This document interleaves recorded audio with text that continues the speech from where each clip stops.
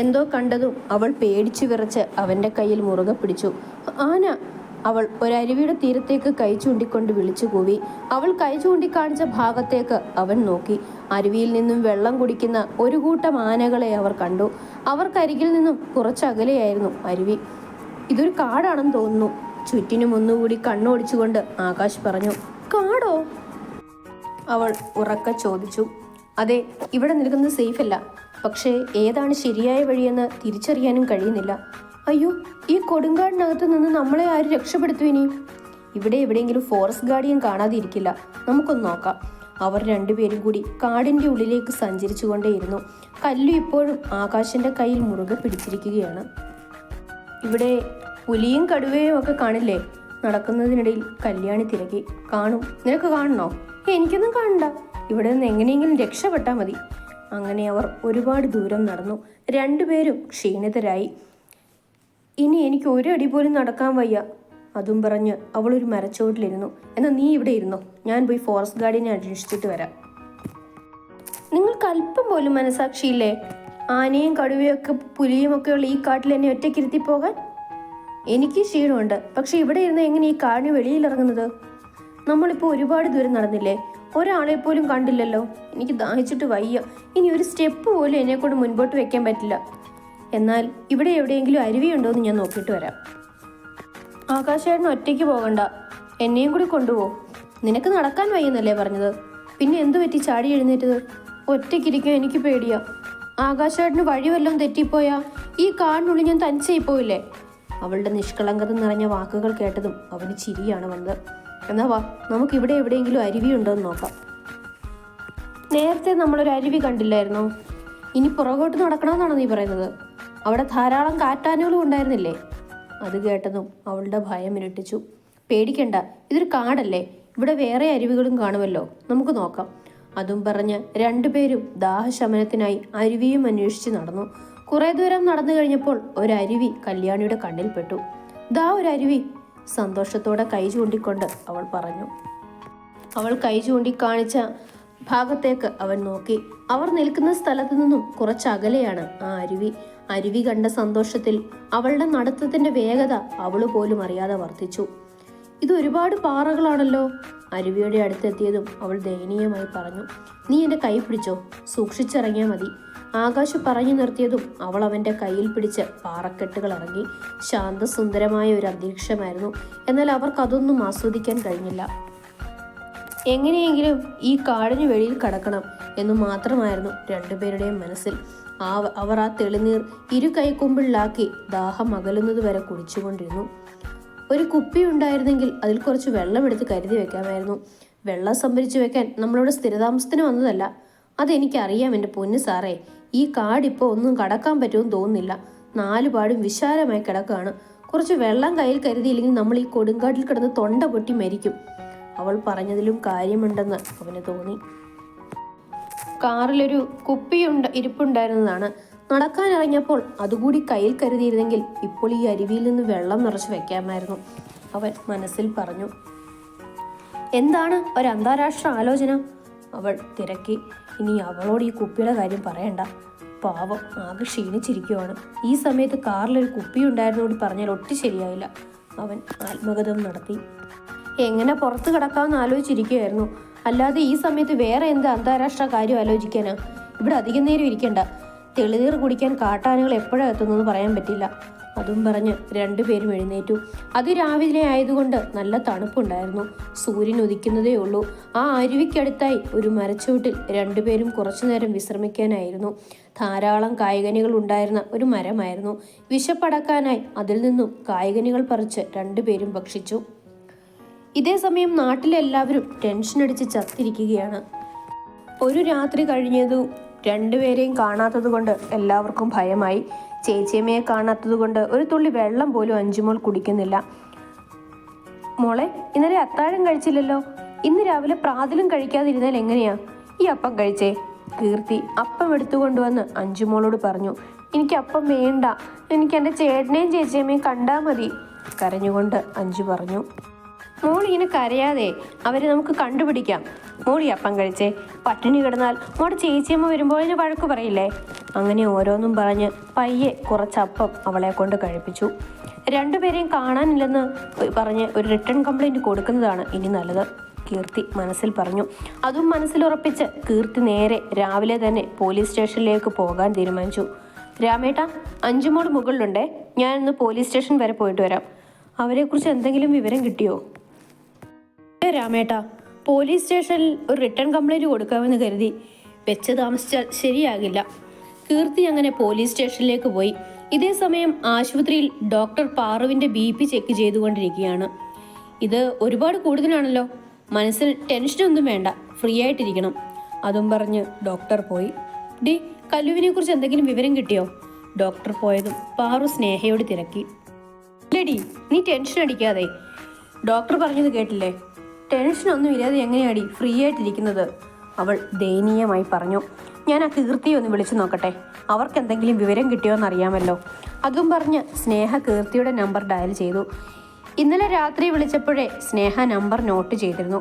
Call പോയെങ്കിലും കീർത്തി attend ചെയ്തില്ല. ഇവളിതെന്താ call attend ചെയ്യാത്തെ? Tension അടിപ്പിച്ച് കൊല്ലുവാണല്ലോ. ഒന്നുകൂടി വിളിച്ചു നോക്കാം, സ്നേഹ മനസ്സിൽ പറഞ്ഞു. ഇത്തവണ കീർത്തി കോൾ അറ്റൻഡ് ചെയ്തു. ഹലോ, എന്ത് കോൾ അറ്റൻഡ് ചെയ്യാതെ ചെയ്യുന്നത്? പരിഭ്രമത്തോടെ സ്നേഹ ചോദിച്ചു. ഞാൻ ഡ്രൈവിങ്ങിലായിരുന്നു. എന്തെങ്കിലും വിവരം കിട്ടിയോ അവരെക്കുറിച്ച്? ഇല്ല, ആകാശ് സാർ നിങ്ങളെ വിളിച്ചോ എന്നറിയാനായി ഞാൻ വിളിച്ചത്. ഇങ്ങോട്ടും വിളിച്ചിട്ടില്ല. ഞാൻ പോലീസ് സ്റ്റേഷനിൽ ഒരു റിട്ടേൺ കംപ്ലൈൻറ്റ് കൊടുക്കാൻ പോവുകയാണ്, പിന്നെ അങ്ങോട്ട് വിളിക്കാം. അതും പറഞ്ഞ് കീർത്തി ഫോൺ കോൾ കട്ട് ചെയ്തു. സ്നേഹയ്ക്ക് ശ്രീകാന്തിനെ ഓർത്തായിരുന്നു മുഴുവനും പേടി. എന്തു ചെയ്യാനും മടിക്കാത്ത പക്ക ക്രിമിനലാണ് അവനെന്ന് അവൾക്കറിയാമായിരുന്നു. ഇന്നലെ ശ്രീകാന്തിന്റെ വീട്ടിൽ പോയതും അവിടെ നടന്ന സംഭവ വികാസങ്ങളും കല്ലു പറഞ്ഞിരുന്നു. അതോർക്കും തോറും അവളുടെ ഉള്ളിലെ ഭയം വർദ്ധിച്ചുകൊണ്ടിരുന്നു. കീർത്തി കുറച്ചു നേരത്തെ ഡ്രൈവിങ്ങിന് ശേഷം പോലീസ് സ്റ്റേഷനിൽ എത്തിച്ചേർന്നു. അവളൊരു റിട്ടേൺ കംപ്ലൈൻറ്റ് എഴുതി കൊടുത്തു. കുറച്ച് നിമിഷങ്ങൾക്ക് ശേഷം ആ കംപ്ലൈൻറ്റ് ചാനലുകാർ ഏറ്റെടുത്തു എന്ന് പറഞ്ഞാൽ മതിയല്ലോ. IPS ഓഫീസർ ആകാശും ഭാര്യ കല്യാണിയെയും കാണാനില്ല എന്ന വാർത്ത എല്ലാ ചാനലിലും നിറഞ്ഞു നിന്നു. ചാനലുകാർ ഏറ്റെടുത്തോടുകൂടി പോലീസ് അന്വേഷണവും വേഗത്തിലായി. ഫോൺ ട്രേസ് ചെയ്യാൻ ശ്രമിച്ചുവെങ്കിലും ഫലം കണ്ടില്ല. മെയിൻ റോഡിൽ നിന്നുമുള്ള CCTV ദൃശ്യങ്ങളെല്ലാം അന്വേഷണ ഉദ്യോഗസ്ഥർ ശേഖരിച്ചു. കംപ്ലൈൻറ്റ് നൽകിയതിന് ശേഷം ശുഭപ്രതീക്ഷയോടുകൂടി ഇരിക്കുകയാണ് കീർത്തി. ആ സമയത്താണ് ആരോ പുറത്ത് കോളിംഗ് ബെൽ അടിക്കുന്ന ശബ്ദം അവളുടെ കാതുകളിൽ മുഴങ്ങിയത്. ആരാണെന്നറിയാനുള്ള ആകാംക്ഷയിൽ വാതിൽ ചെന്ന് തുറന്നു. പുറത്ത് കാക്കിയണിഞ്ഞ് ഒരാൾ നിൽപ്പുണ്ടായിരുന്നു. സാറും സാറിൻ്റെ ഭാര്യയും മിസ്സിംഗ് ആയ ദിവസത്തെക്കുറിച്ച് അന്വേഷിക്കാൻ വന്ന അന്വേഷണ ഉദ്യോഗസ്ഥനാണ് ഞാൻ. നിങ്ങൾക്കറിയാവുന്ന വിവരങ്ങൾ എന്നോട് പറഞ്ഞ് സഹകരിച്ചാൽ അവരെ കണ്ടെത്താൻ സഹായകരമാവും, അന്വേഷണ ഉദ്യോഗസ്ഥൻ പറഞ്ഞു നിർത്തി. ആകാശ് ഇന്നലെ രാവിലെ ഡ്യൂട്ടിക്ക് പോയതാണ് കല്യാണി ഹോസ്പിറ്റലിലേക്കും. രണ്ടുപേരും ഒരുമിച്ചാണ് ഇവിടെ നിന്നും ഇറങ്ങിയത്. കല്യാണിയുടെ ഫ്രണ്ട് ഹോസ്പിറ്റലിൽ അഡ്മിറ്റാണ്. കൂട്ടുകാരിയെ കാണാനായാണ് അവൾ പോയത്. അവിടെ നിന്നും ഇന്നലെ രാത്രി 7 മണിയായപ്പോൾ രണ്ടുപേരും ഇറങ്ങിയതാണെന്നാണ് അവളുടെ കൂട്ടുകാരി സ്നേഹയെ വിളിച്ച് ചോദിച്ചപ്പോൾ പറഞ്ഞത്. പക്ഷേ അവർ ഇങ്ങോട്ട് എത്തിയതുമില്ല. കീർത്തി അവൾക്കറിയാവുന്ന കാര്യങ്ങൾ പറഞ്ഞു നിർത്തി. ഏത് ഹോസ്പിറ്റലാണ്? ആദിത്യ ഹോസ്പിറ്റൽ. താങ്ക്സ്, പെട്ടെന്ന് തന്നെ നമുക്ക് അവരെ കണ്ടെത്താം. അതും പറഞ്ഞ് അന്വേഷണ ഉദ്യോഗസ്ഥൻ അവിടെ നിന്നും ഇറങ്ങി. നേരെ പോയത് ആദിത്യ ഹോസ്പിറ്റലിലേക്കാണ്. അവിടെ ചെന്ന് സ്നേഹയെ കണ്ടു. സാറും വൈഫും ഇന്നലെ ഇവിടെ വന്നിരുന്നോ? അന്വേഷണ ഉദ്യോഗസ്ഥൻ സ്നേഹയോട് ഗൗരവത്തോട് ചോദിച്ചു. എത്തിയിരുന്നു സാർ. സാർ വൈഫിനെ ഇവിടെ ആക്കിയിട്ട് ഉടനെ പോയോ, അതോ? ഉടനെയൊന്നും പോയില്ല സാർ. പിന്നെ നടന്നതെല്ലാം വിശദമായി സ്നേഹ അന്വേഷണ ഉദ്യോഗസ്ഥന് വിവരിച്ചു കൊടുത്തു. അന്വേഷണ ഉദ്യോഗസ്ഥൻ ഹോസ്പിറ്റലിലെ CCTV ദൃശ്യങ്ങൾ പരിശോധിച്ചു. അതിൽ നിന്നും ശ്രീകാന്തിനെ ഓഫീസിൽ നോട്ടമിട്ടു. ഇതേ സമയം ഇതൊന്നും അറിയാതെ കല്യാണിയും ആകാശും കാട്ടിൽ ദിക്കുകൾ അറിയാതെ അലഞ്ഞു നടക്കുകയാണ്. രാവിലെ മരച്ചുവട്ടിൽ നിന്നും കായ്കനികൾ ഭക്ഷിച്ചു കഴിഞ്ഞ് അല്പനേരത്തെ വിശ്രമത്തിന് ശേഷം നടക്കാൻ തുടങ്ങിയതാണ്. പക്ഷേ ഇതുവരെയും ഫോറസ്റ്റ് ഗാർഡിനെയോ കാട്ടുവാസികളെയോ കാണാൻ സാധിച്ചില്ല. രണ്ടുപേരും ക്ഷീണിതരായി. നമുക്കിനി തിരിച്ചു നടന്നാലോ? രാത്രി നമുക്ക് കയറി എവിടെയെങ്കിലും സുരക്ഷിതമായി കിടക്കണ്ടേ? അവൻ പറഞ്ഞു. ഇരുട്ടുന്നതിന് മുൻപ് യാത്ര തുടങ്ങിയിടത്തെത്താനായി അവർ തിരിച്ചു നടക്കാൻ തീരുമാനിച്ചു. തിരിച്ചു നടക്കുന്നതിനിടയിൽ അവർ കുറെ ഞാവൽപ്പഴങ്ങൾ പറിച്ചു തിന്നു.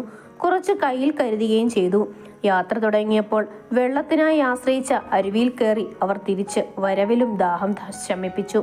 നടക്കുന്നതിനിടയ്ക്ക് അവൾ ഓരോ ഞാവൽപ്പഴങ്ങളായി കഴിച്ചുകൊണ്ടേയിരുന്നു. അങ്ങനെ ഒരുപാട് നേരത്തെ നടത്തത്തിന് ശേഷം അവർ കാറ് കിടന്നിടത്ത് തിരിച്ചെത്തി.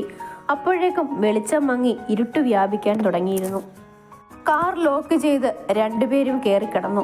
ക്ഷീണിതരായതിനാൽ പെട്ടെന്ന് തന്നെ മയക്കത്തിലേക്ക് വീണു. പിറ്റേന്ന് രാവിലെ വെളിച്ചം കണ്ണുകളിലേക്ക് തട്ടിയതും അവൾ എഴുന്നേറ്റു. ആകാശിനെ കാണാനില്ലായിരുന്നു.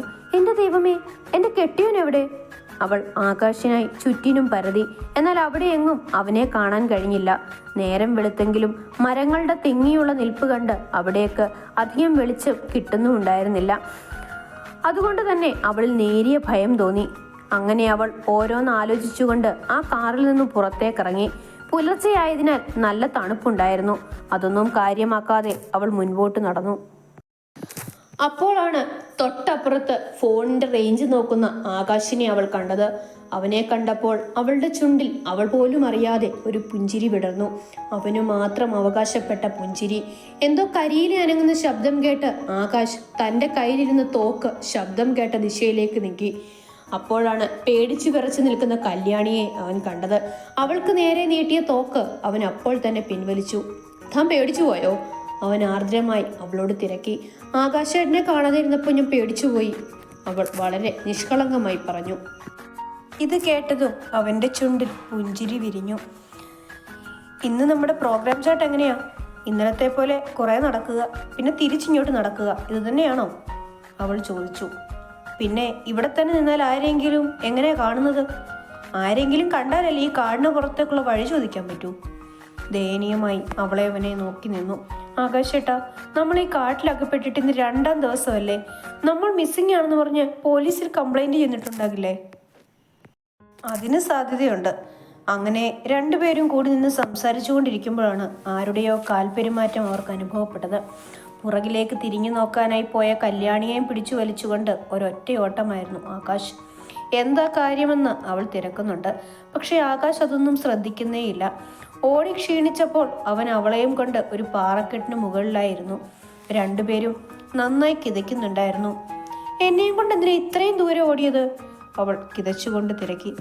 നിന്റെ പിറകിൽ കുറച്ചരികിലായി ഒരു കാട്ടാന ഉണ്ടായിരുന്നു, അവൻ കിതച്ചുകൊണ്ട് മറുപടി പറഞ്ഞു. കാട്ടാനയോ? അതെ, നീ തിരിഞ്ഞു നോക്കാൻ പോയപ്പോൾ അതാ ഞാൻ നിന്നെയും കൊണ്ട് അവിടെ നിന്ന് ഓടിയത്. എനിക്ക് കുറച്ച് വെള്ളം വേണം. ഇത്രയും ദൂരം ഓടിയത് കൊണ്ട് നല്ല ദാഹം. എനിക്കും ദാഹിക്കുന്നുണ്ട്. പക്ഷെ ഇവിടെ അടുത്ത് അരുവിയൊന്നും കാണുന്നില്ലല്ലോ. നമുക്ക് പയ്യെ നടന്നു നോക്കിയാലോ? അങ്ങനെ രണ്ടുപേരും കൂടി കുറച്ചു ദൂരം നടന്നപ്പോൾ ഒരു മരം കണ്ടു. അതിൽ നിറയെ പഴുത്തതും പഴുക്കാത്തതുമായ കാട്ടുപഴങ്ങൾ തൂങ്ങിക്കിടപ്പുണ്ടായിരുന്നു. കല്ലു, ദാ അവിടെ ആ മരത്തിൽ നിറയെ പഴങ്ങളുണ്ട്, അവൻ അവളോട് ആ ദിശയിലേക്ക് കൈ ചൂണ്ടി കാണിച്ചുകൊണ്ട് പറഞ്ഞു. കേട്ടപാതി അവൾ ആ മരം ലക്ഷ്യം വെച്ച് ഒറ്റയോട്ടമോടി. ആ മരത്തിൽ തൂങ്ങിക്കിടന്ന കാട്ടുപഴങ്ങൾ ഓരോന്നായി അവൾ പറിച്ചു തിന്നാൻ തുടങ്ങി. നിനക്ക് ഇത്രയും വിശപ്പുണ്ടായിരുന്നോ? അവൾ കഴിക്കുന്നത് കണ്ട് അവൻ ചോദിച്ചു. അത് എന്തൊരു ചോദ്യമാണ്? വിശക്കാതെ ഇരിക്കാൻ ഞാൻ ഇന്നലെ ചിക്കൻ ബിരിയാണി ഒന്നും അല്ലല്ലോ കഴിച്ചത്. അവൾ വിശപ്പ് മാറുന്നതുവരെ വയറ് നിറച്ചു കഴിച്ചു. എന്തൊക്കെ പറഞ്ഞാലും അവനും നല്ല വിശപ്പുണ്ടായിരുന്നു. അങ്ങനെ രണ്ടുപേരും തങ്ങളുടെ വിശപ്പടക്കി. അപ്പോഴും രണ്ടുപേർക്കും നന്നായി ദാഹിക്കുന്നുണ്ടായിരുന്നു. വിശപ്പ് മാറിയതുകൊണ്ട് രണ്ടുപേരും കുറച്ച് ഊർജ്ജസ്വലരായി. ഒരു അരുവി അന്വേഷിച്ച് ഇരുവരും നടപ്പ് തുടർന്നു. കുറച്ചു ദൂരം കൂടി നടന്നപ്പോൾ ഒരു ശബ്ദം അവരുടെ കാതുകളിൽ പതിച്ചു. ആ ശബ്ദം കേട്ട ദിശ ലക്ഷ്യമാക്കി അവർ നടന്നു. ഒരു ചെറിയ വെള്ളച്ചാട്ടത്തിന്റെ ശബ്ദമായിരുന്നു അത്. വാവ്, എന്ത് രസമാണ് കാണാൻ ഈ വെള്ളച്ചാട്ടം, അവൾ കൗതുകത്തോടെ പറഞ്ഞു. പറഞ്ഞു നിർത്തിയതും പിന്നെ അവളെ അവൻ കാണുന്നത് വെള്ളച്ചാട്ടത്തിന് താഴെ നിന്ന് നനഞ്ഞു കളിക്കുന്ന അവളെയാണ്. നീ ഇത് എന്തു പണിയാ കാണിക്കുന്നത്? നിനക്ക് വട്ടുണ്ടോ? അവളുടെ അടുത്ത് ചെന്ന് അവൻ ദേഷ്യത്തോടെ തിരക്കി. എനിക്ക് കുളിക്കാതെ ഇരുന്നിട്ട് ഒരു ഈർച്ച, അതുകൊണ്ട് ഞാൻ കുളിച്ചതല്ലേ, അവൾ വളരെ നിഷ്കളങ്കതയോട് പറഞ്ഞു. നമ്മൾ വിനോദയാത്രയ്ക്ക് വന്നവരല്ല, അപ്രതീക്ഷിതമായി ഇവിടെ പെട്ടുപോയവരാണ്. അത് എനിക്കും അറിയാലോ. എന്നിട്ടാണോ ഇങ്ങനെ നനഞ്ഞു കുളിക്കുന്നത്? മാറാൻ ഡ്രസ്സ് പോലും ഇല്ലെന്ന കാര്യം നീ മറന്നു. ഇനി തണുത്ത് പറിച്ച് ചാകാം. പക്ഷേ അവൾ അതൊന്നും കാര്യമാക്കിയില്ല. വീണ്ടും നനഞ്ഞു കുളിച്ചുകൊണ്ടിരിക്കുന്ന അവളെ കണ്ടതും അവൻ്റെ ദേഷ്യം ഇരട്ടിച്ചു. അവൻ അവളുടെ കയ്യിൽ കയറി പിടിച്ചു വലിച്ചതും അവൾ അവൻ്റെ നെഞ്ചിലേക്ക് വീണു. അവർ തമ്മിൽ നോക്കിയതും അവരുടെ കണ്ണുകൾ തമ്മിൽ ഉടക്കി. പ്രണയാർദ്രമായി നോക്കുന്ന അവൻ്റെ കണ്ണുകളിൽ നിന്നും നോട്ടം മാറ്റാൻ അവൾക്ക് കഴിഞ്ഞില്ല. അവൻ്റെ കൈ അവളുടെ ഇടുപ്പിലൂടെ സഞ്ചരിച്ചു. അവൻ അവളെ തന്നിലേക്ക് ഒന്നുകൂടി അടുപ്പിച്ചു നിർത്തി. അവളിലെ നനവ് അവനിലേക്കും പടർന്നു തുടങ്ങി. ദേഹമാസകലം നനഞ്ഞ് കുളിച്ചു നിൽക്കുന്ന അവളിലേക്ക് നോക്കിയതും മേനിയോട് ഒട്ടിക്കിടക്കുന്ന അവളുടെ വസ്ത്രം അവനിലെ വികാരങ്ങളെ ഉണർത്തി. നനഞ്ഞു വിറച്ചുകൊണ്ടിരുന്ന അവളുടെ അധരങ്ങളെ അവൻ നുണഞ്ഞുകൊണ്ടേയിരുന്നു. പെട്ടെന്ന് എന്തോ ഓർത്തതുപോലെ അവളെ തട്ടിമാറ്റി അവൻ അവളിൽ നിന്നും അടർന്നു മാറി. ഇതേസമയം നാട്ടിൽ അവർക്ക് വേണ്ടി എല്ലാവരും തിരച്ചിലാണ്. അന്വേഷണ ഉദ്യോഗസ്ഥൻ കൂടുതൽ വിവരങ്ങൾക്കും പലതും ചോദിച്ചറിയാനുമായി ശ്രീകാന്തിന്റെ വീട്ടിലെത്തി. അന്വേഷണ ഉദ്യോഗസ്ഥൻ കോളിംഗ് ബെല്ലടിച്ച് പുറത്ത് കാത്തു നിന്നു. ശ്രീകാന്തിന്റെ അമ്മയാണ് വന്ന് വാതിൽ തുറന്നത്. അന്വേഷണ ഉദ്യോഗസ്ഥനെ പോലീസ് യൂണിഫോമിൽ കണ്ട ശ്രീകാന്തിന്റെ അമ്മ ഒന്ന് പേടിച്ചു. ആ ഭയം അവരുടെ മുഖത്ത് നന്നായി തന്നെ വ്യക്തമായിട്ടുണ്ട്. നിങ്ങളുടെ മകൻ ശ്രീകാന്ത് ഇവിടെയില്ലേ? അന്വേഷണ ഉദ്യോഗസ്ഥൻ ഗൗരവത്തോടെ ചോദിച്ചു. ഉണ്ട് സാർ, എന്താ കാര്യം? കാര്യം അറിഞ്ഞാലേ മകനെ കാണാൻ പറ്റത്തുള്ളോ? അല്ല സാർ, ഞാൻ പോയി മോനെ വിളിച്ചിട്ട് വരാം. അതും പറഞ്ഞ് അവർ ശ്രീകാന്തിന്റെ റൂമിലേക്ക് പോയി. എന്താ അമ്മേ മുഖത്തൊരു ഭയം? പേടിച്ചരണ്ട് റൂമിലേക്ക് വന്ന അമ്മയോട് ശ്രീകാന്ത് തിരക്കി. നിന്നെ കാണാൻ ഒരു പോലീസ് ഓഫീസർ വന്നിട്ടുണ്ട്. അത് പുതിയ കാര്യമൊന്നുമല്ലല്ലോ, ഇത് പതിവുള്ളതല്ലേ. അമ്മ വാ, കാര്യം എന്താന്ന് തിരക്കാം. അതും പറഞ്ഞ് അവൻ താഴേക്കിറങ്ങി. എന്താ സാറേ കാര്യം? അന്വേഷണ ഉദ്യോഗസ്ഥനെ കണ്ടതും അവൻ കൂളായിട്ട് ചോദിച്ചു. IPS ഓഫീസർ ആകാശ് സാറും അദ്ദേഹത്തിൻ്റെ ഭാര്യയും മിസ്സിംഗ് ആണ്. അതിനെക്കുറിച്ച് അന്വേഷിക്കാനായി വന്നതാണ്. ആകാശും കല്യാണിയും മിസ്സിംഗ് ആണെന്ന് ഇതിനോടകം അവൻ അറിഞ്ഞിരുന്നു. എങ്ങനെ അറിയാതിരിക്കാനാണ്? ചാനലിലും ന്യൂസ് പേപ്പറിലും ഇപ്പം അവരെക്കുറിച്ചാണല്ലോ വാർത്ത. അതിന് സാറെന്തിനാ ഇങ്ങോട്ട് വന്നത്? ഒന്നും നടന്നിട്ടില്ല എന്ന ഭാവത്തിൽ അവൻ പറഞ്ഞു. നീ നല്ല പിള്ളയൊന്നും ചമയണ്ട. അവരെ മിസ്സിംഗ് ആകുന്ന ദിവസം ഹോസ്പിറ്റലിൽ വെച്ച് നടന്ന സംഭവത്തിന്റെ വിഷ്വൽസ് ഞാൻ കണ്ടിരുന്നു. അതുമാത്രം കാരണമാക്കി അവർ മിസ്സിംഗ് ആയതിന്റെ പിന്നിൽ ഞാനാണെന്ന് സാർ ഉറപ്പിച്ചോ? IPS ഓഫീസറും അദ്ദേഹത്തിന്റെ ഭാര്യയുമല്ലേ മിസ്സിംഗ് ആയത്? ഈ പറഞ്ഞ IPS ഓഫീസറിന് എന്നെ കൂടാതെ ധാരാളം ശത്രുക്കൾ ഉണ്ടാവുമല്ലോ. താൻ എന്താ ഉദ്ദേശിക്കുന്നത്? അവർ മിസ്സിംഗ് ആയതിന്റെ പിന്നിൽ എന്നെ മാത്രം സംശയിച്ചുകൊണ്ടിരുന്നാൽ സാറിന് അവരെ ഇപ്പോൾ ഒന്നും കണ്ടെത്താൻ കഴിയില്ല. അവന്റെ ശത്രുക്കളിൽ വേറെ ആരെങ്കിലും ആയിരിക്കും ഇതിനു പിന്നിൽ. തൽക്കാലം ഞാൻ പോകുവാണ്. അതും പറഞ്ഞ് അന്വേഷണ ഉദ്യോഗസ്ഥൻ അവിടെ നിന്നും ഇറങ്ങി. അവരെ മിസ്സിംഗ് ആയിട്ട് ഇന്ന് 2ാം ദിവസമായി. അഞ്ചുമോൾക്ക് കരഞ്ഞു പനി പിടിച്ചു. ചുട്ടുപൊള്ളുന്ന ചൂടിനെ തുടർന്ന് കീർത്തി അവളെയും കൊണ്ട് ഹോസ്പിറ്റലിൽ പോയി. ചൂട് കുറയാനായി ഒരു ഇഞ്ചക്ഷൻ എടുത്തതിനെ തുടർന്ന് അവളിപ്പോൾ മയക്കത്തിലാണ്. ഡോക്ടർ ഓരോ ദിവസവും BP ചെക്ക് ചെയ്യാൻ വരുമ്പോൾ പാറുവിൻ്റെ BP ക്രമാതീതമായി കൂടി വരികയാണ്. അന്വേഷണം ആരംഭിച്ചിട്ട് ഇതുവരെയും അവർ എവിടെയാണെന്ന് ഒരു പിടിയും അന്വേഷണ സംഘത്തിനും കിട്ടിയിട്ടില്ല. ഇതേസമയം കാട്ടിൽ തണുത്തു വിറച്ചു നിൽക്കുകയാണ് കല്യാണി. എന്നെ എന്തിനു തട്ടിമാറ്റിയത്? അവൾ വളരെ നിഷ്കളങ്കതയോടെ തിരക്കി. ഈ കൊല്ലത്തിൽ നീ ഇനി എൻ്റെ മുമ്പിൽ നിന്നാൽ എൻ്റെ കൺട്രോൾ പോകും പെണ്ണേ. അത് കേട്ടതും അവൾക്ക് ചിരിയാണ് വന്നത്. സൂര്യൻ ഉദിച്ചതും വെയിലത്തുണക്കാനിട്ടിരിക്കുന്നത് പോലെ വെയിലും കൊണ്ട് അവൾ നിന്നു. സൂര്യൻ്റെ തീക്ഷ്ണമായ ചൂടിൽ തണുപ്പ് അവളിൽ നിന്നും പതിയെ മാറി തുടങ്ങി. അവളിൽ നിന്ന് കുറച്ചകലെയായി ഒരു പാറക്കെട്ടിലാണ് ആകാശിരിക്കുന്നത്. പെട്ടെന്ന് എന്തോ ശബ്ദം കേട്ടതും അവൾ ഞെട്ടി.